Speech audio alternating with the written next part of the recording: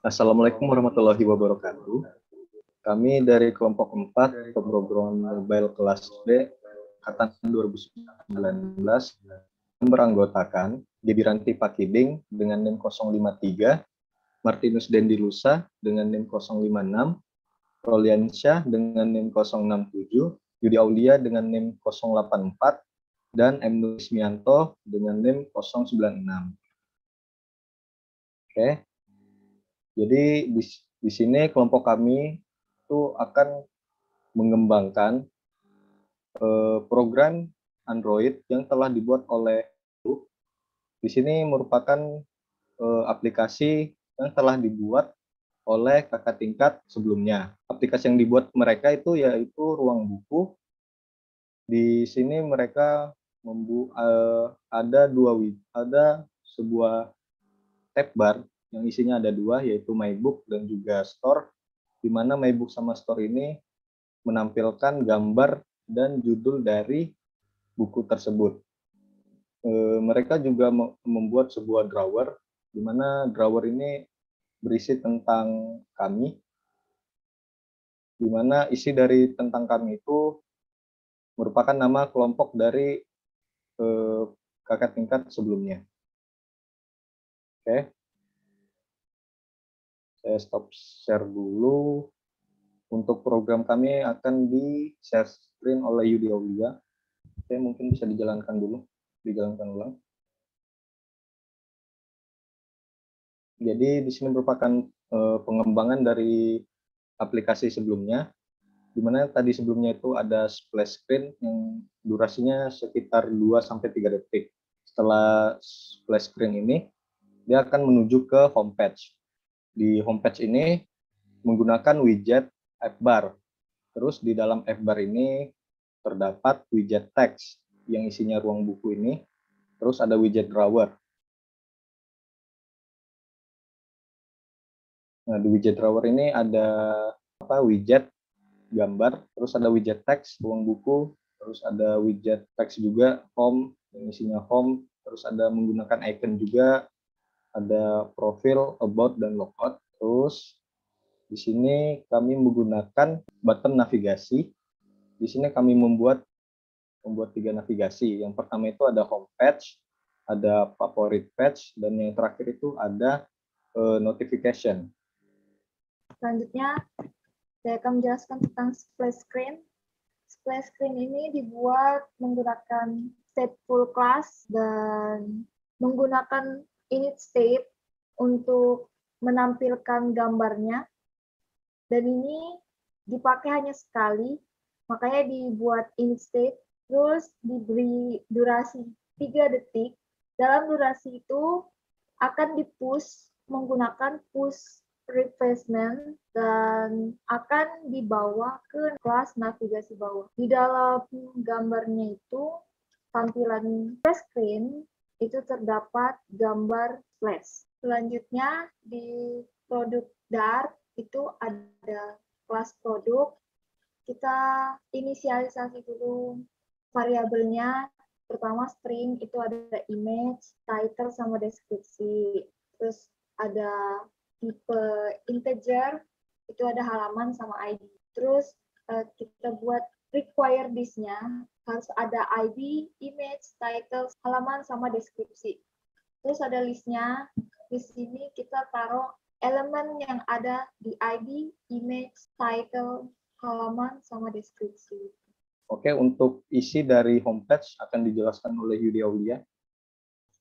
Ya, jadi isi dari homepage-nya itu adalah dari kelas body.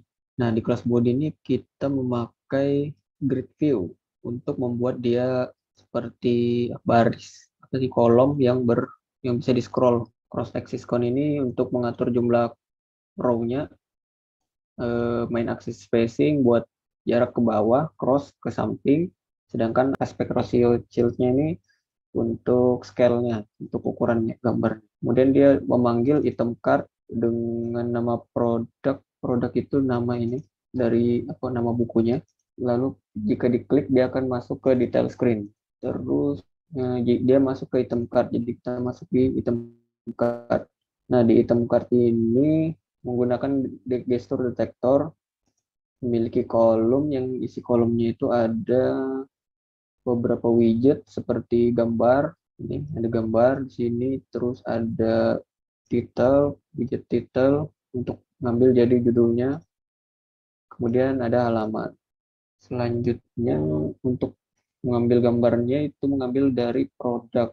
Produk itu atau sama aja dengan bukunya. Sini ada sekitar 13 atau 14 buku. Ini semua total bukunya. Sedangkan yang recent book ini untuk yang sudah dibaca atau favoritnya. Kemudian masuk di detail screen. Pada detail screen ini menggunakan stack untuk menumpuk gambar. Untuk widgetnya sendiri ada 3 item. Pertama gambar, yang kedua itu ada ini semacam background untuk tulisan ini. Terus di dalam tulisan ini ada widget tulisan judul, halaman, dan sinopsisnya yang diambil dari produk. Dan ada button favorit. Jika diklik dia akan berwarna seperti itu. Terus selanjutnya akan masuk di bagian favorit page yang dibacakan sama Antok. Ya, di favorite page terdiri dari 2 widget, yaitu widget heading sama widget item.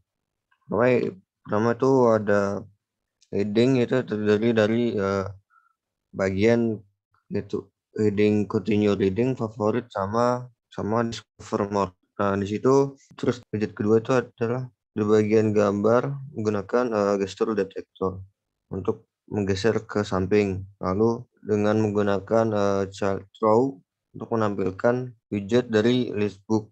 Nah, di dalam child row itu terdiri dari 2 widget yaitu gambar dan judul. Kemudian fungsi box section itu dipanggil sebanyak 3 kali untuk memanggil seperti ini. Ada continue reading paling atas, favorit yang ke tengah, dan discover more. Di bagian notification ini dia hanya memakai sebuah template yang dipanggil berulang-ulang kali. Notification ini seperti untuk yang pernah kita baca dan jumlah halaman yang telah tercapai, halaman berapa gitu sudah terbaca. Dia memanggilnya ya seperti panggil gambar, dia dipanggil berulang-ulang karena masih template biasa saja. Mungkin itu saja di bagian notification. Untuk bagian bot, pada bagian ini dibungkus dalam kontainer dengan return scaffold-nya. Terus kemudian dipanggil dulu fungsi background. Untuk fungsi background ada di bawah, paling bawah. Nah, di situ dibungkus dalam kontainer, kemudian dengan dekorasinya. Kemudian lanjut ke atas lagi. Setelah itu masuk dalam widget save area yang dibuat secara kolom. Nah, dalam kolom itu terdapat header. Headernya dipanggil fungsi header, ada di bagian bawah juga. Nah, di sini dibungkus dalam padding dengan berjarak, yang di dalamnya terdapat row ke samping, dan di dalamnya lagi ada kolom yang isinya itu ada widget teks, about, dan baca buku. Kemudian setelah header dibuat dalam grid view sehingga dibuat dengan susunan kotak-kotak itu. Nah, di dalamnya itu untuk tampilan baca buku ini, bagian paling besar ini dipanggil dengan fungsi item grid. Item grid ini fungsinya ada di bawah. Ya, dalam sini dia dibungkus dalam kontainer, dan di dalam kontainer itu ada kolom yang berisikan widget gambar, kemudian teks, baca buku, dan teks lagi untuk keterangan 6 buku. Setelah itu di bawahnya kita masukin dipanggil list title yang untuk tampilan anggota kelompok. Kemudian dipanggil lagi fungsi list on progress yang dimana untuk memanggil nama-nama atau kotak-kotak dari anggota kelompok yang fungsinya ada di bawah. Dan di sini dimasukkan dalam list view sehingga dapat di scroll ke bawah. Kemudian di situ diinisialkan untuk course-nya di dalam aset sehingga nanti semua yang ada di dalam aset Dart itu terpanggil dan terulang untuk pemanggilan semuanya. Kemudian dalam course itu dibungkus lagi dalam kontainer yang dimana terdapat gambar dibuat secara raw atau menyamping. Terus dalamnya ada nama, pemanggilan course name-nya, terus NIM-nya, kemudian icon sebagai anggota. Ya, jadi di sini saya akan menjelaskan tentang fitur yang saya buat, yaitu tema gelap dan terang. Jadi itu ada di bagian bottom left. Itu ada kelas controller yang dimana dia mewarisi dari kelas getXController. Nah, di situ ada sebuah variabel yaitu namanya switch value yang bernilai false. Terus di bagian app bar, yaitu app bar, di situ ada di app bar itu ada action, di dalam action itu ada widget OBX.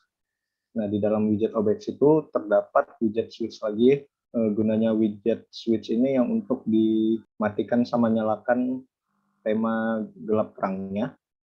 Di sini value-nya itu nilai dari switch ini sesuai dengan nilai dari switch value yang ada di kelas controller tadi. Jadi jika switch-nya itu ditekan, maka nilainya akan berubah. Kan tadi itu nilainya itu false, jadi jika switch-nya ditekan, maka akan bernilai true. Dan penggunaannya itu contohnya di background color.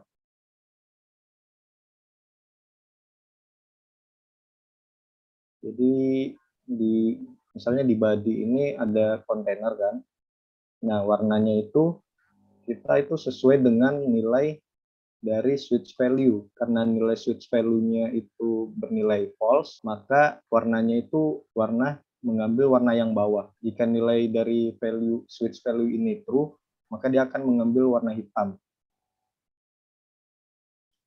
Jadi seperti itu implementasi sederhana dari tema gelap terang. Sepertinya itu aja pengembangan aplikasi membaca ruang buku dari kelompok kami. Sekian dan terima kasih. Jika ada salah kata mohon dimaafkan.